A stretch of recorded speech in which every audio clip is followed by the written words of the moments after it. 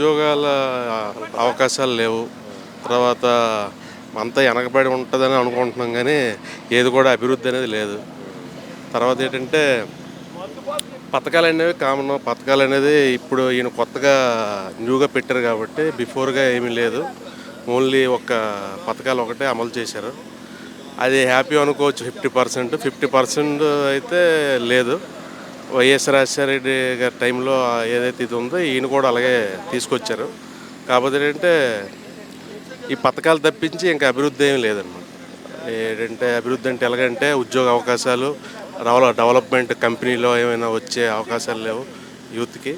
అది మెయిన్ డిసప్పాయింట్లో ఉన్నాను. మీరు ఎక్కడ సార్, ఏ నియోజకవర్గం సంబంధించింది? నేను పెద్దవాళ్ళని. ఏ కాన్స్టిట్యున్సీ వస్తుందండి? మాది ఎంబీవి సత్యనారాయణ భర్త గారు ఉన్నారండి, తెలుసు. ఆయన పర్లేదండి, ఆయన అంత స్ట్రిక్ట్గా బాగా చేస్తారు అని నమ్మకం ఉంది. వైజాగ్ ఆయనకి ఇస్తే అవకాశం ఇస్తే బాగుంటుందని చిన్న ఇది. అంటే ఎన్నో అవకాశాలకు రావాల్సినటువంటి విశాఖపట్నం ఎక్కడో వెనకబడిపోయింది 5 సంవత్సరాలు అని అంటున్నారు. అంటే ఇంకా జరగాల్సిన డెవలప్మెంట్ జరగలేదండి, వాస్తవం అది? అది నిజమేనండి. డెవలప్మెంట్ అంటే ఇంకా కావాలి. డెవలప్మెంట్ అంటే ఇది కాదు. అంటే అవుటర్స్ ఇప్పుడు కంపెనీ అమెరికా వాళ్ళు కానీ ఎవరైనా వస్తున్నారు అన్నమాట, టూరిజం గట్ట.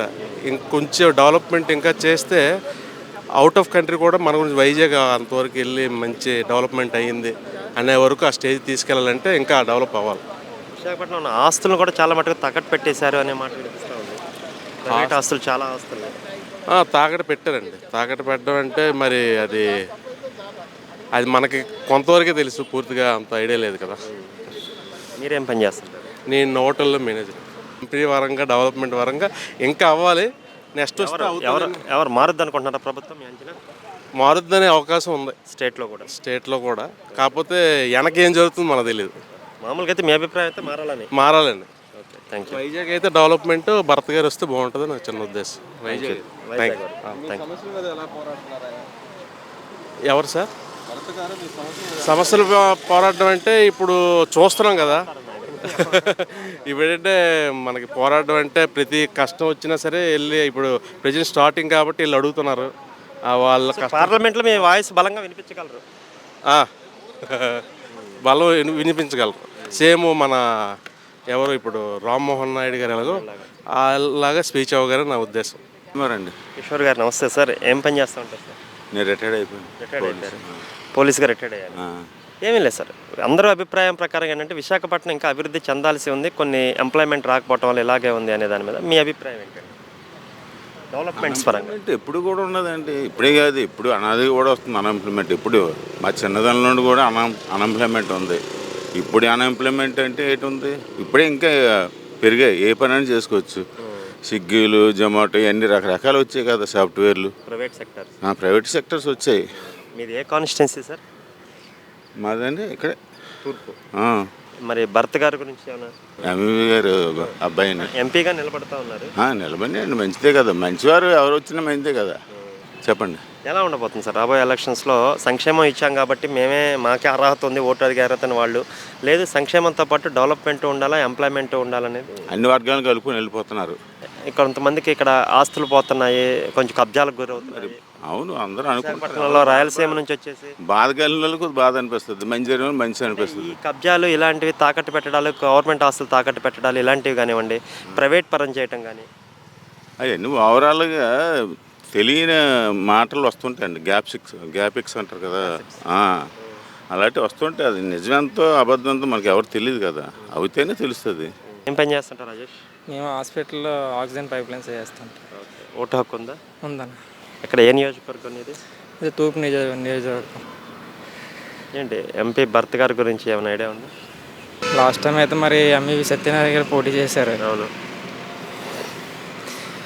వైజాగ్ సిటీ ఏదైనా బాగుండాలని కోరుకుంటాం.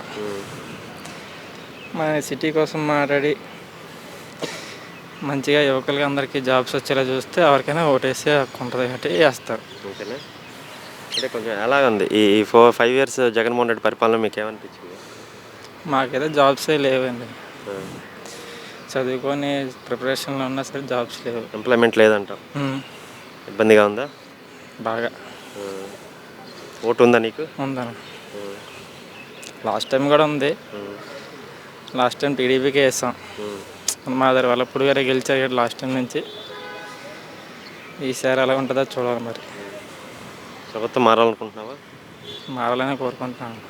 Okay, thank you. ఏం చేస్తుంటారు? నేను మార్కెటింగ్ ఎక్కడ సార్? విజయనగరం. విజయనగరం జిల్లా. ఇప్పుడే చిన్న పని మీద వచ్చి విజయనగరం జిల్లా ఏ ఊరండి? లోకల్ అంటే విజయనగరం లోకల్ ఏమనిపిస్తుంది మీకు? చూస్తూ ఉన్నారు, ఎలక్షన్ హడావుడి కనపడతా ఉంది, ఎలా అనిపిస్తుంది మీకు? ఎలా అనిపిస్తుంది అంటే అభిప్రాయం. చేంజ్ అయితే రావాలి, చేంజ్ అయితే 100% రావాలి. ఎందుకని అందరిది ఇంచుమించు అదే పరిస్థితిలో ఉన్నారంటే? ప్రతి ఒక్కరు ఇప్పుడు ఎవరు సీఎంగా పోటీ చేసినా ఉన్న పథకాలని తీసేసి వేరే ప్రవేశపెడతాను చెప్పరా, దానికి మించి ఇంకా ఎక్స్ట్రా చెప్తున్నారు తప్ప. సో అప్పులు ఖచ్చితంగా అవుతుంది, ఉన్నప్పుడు ఇంకా డబుల్ అవుతుంది తప్ప ఇంకా క్లియర్ అయ్యే ఛాన్సెస్ అయితే కనిపించట్లేదు. జగన్మోహన్ రెడ్డి 4-5 సంవత్సరాల పరిపాలన చూస్తారు కదా, అంటే ఎంప్లాయ్మెంట్ లేక, డెవలప్మెంట్ లేక, కంపెనీస్ లేక ఇలా ఇచ్చుకుంటూ పోవటం అనేది కరెక్టే అంటారా? 100% కరెక్ట్ కాదు కదా. ఉద్యోగాలు లేకపోతే మరి ఈ చదువుకున్న వాళ్ళు అందరూ ఏం చేస్తారు? ఇలా నాలా ప్రైవేట్ ఉద్యోగాలు చేసుకోవాలి, మార్కెటింగ్ అవే ఉన్నాయి ఇంకా. సో వాళ్ళకి ఖచ్చితంగా ఎంప్లాయ్మెంట్ ఇవ్వాలి.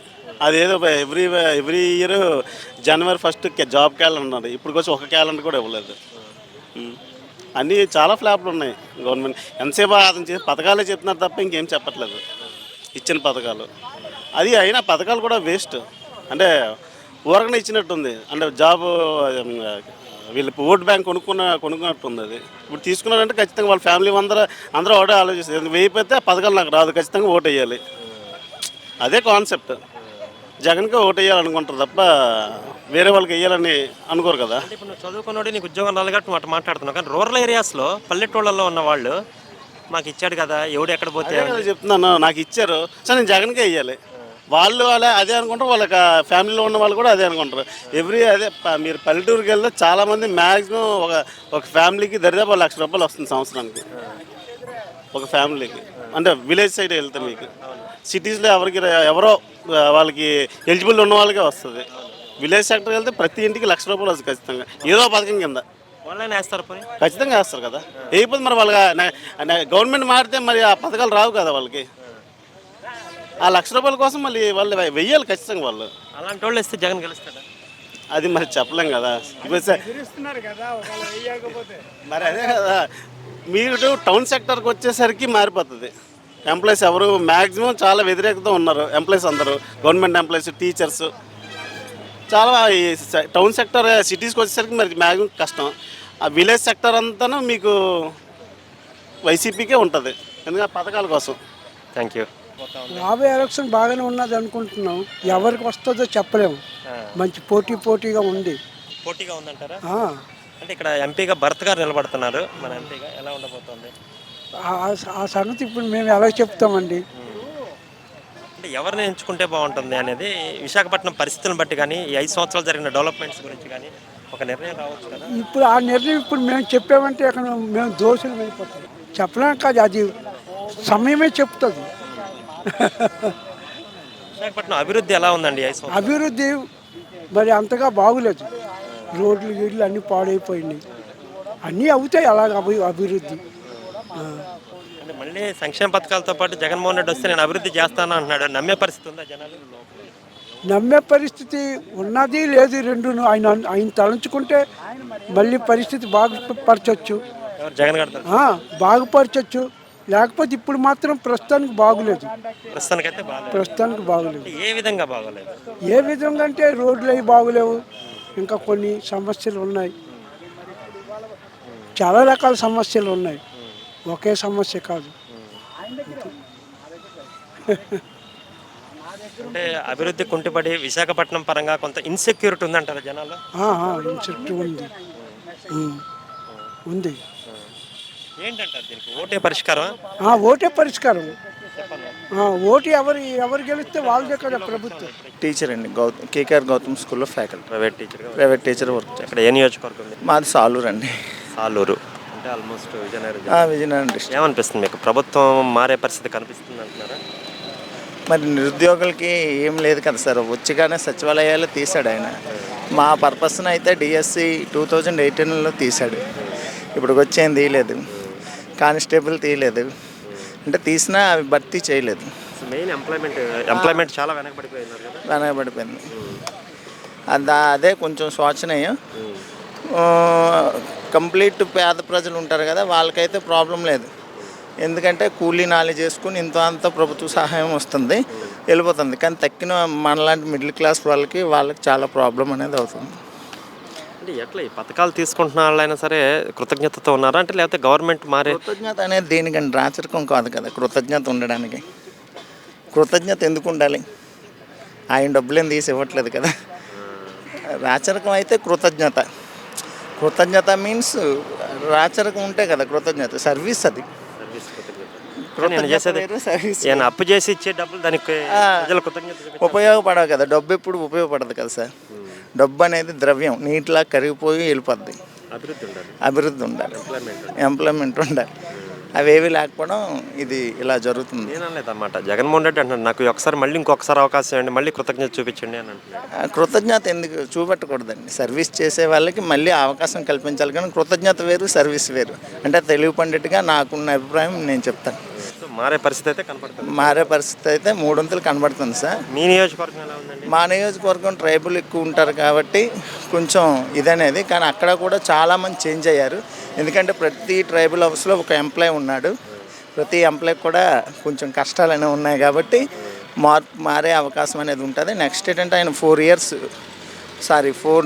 సార్లు ఆయన రాజేందర్ గారు 20 సంవత్సరాలు అభివృద్ధి ఇప్పుడు వైసీపీ తరఫున ఆయన మళ్ళీ 4 సార్లు అవకాశం ఇచ్చారు. ఈసారి అయినా టీడీపీ అభ్యర్థికి అవకాశం ఇచ్చే అవకాశాలు ఉన్నాయి. మీ అభిప్రాయం ప్రకారం గవర్నమెంట్ మారితే బెటర్? మారితే బెటర్.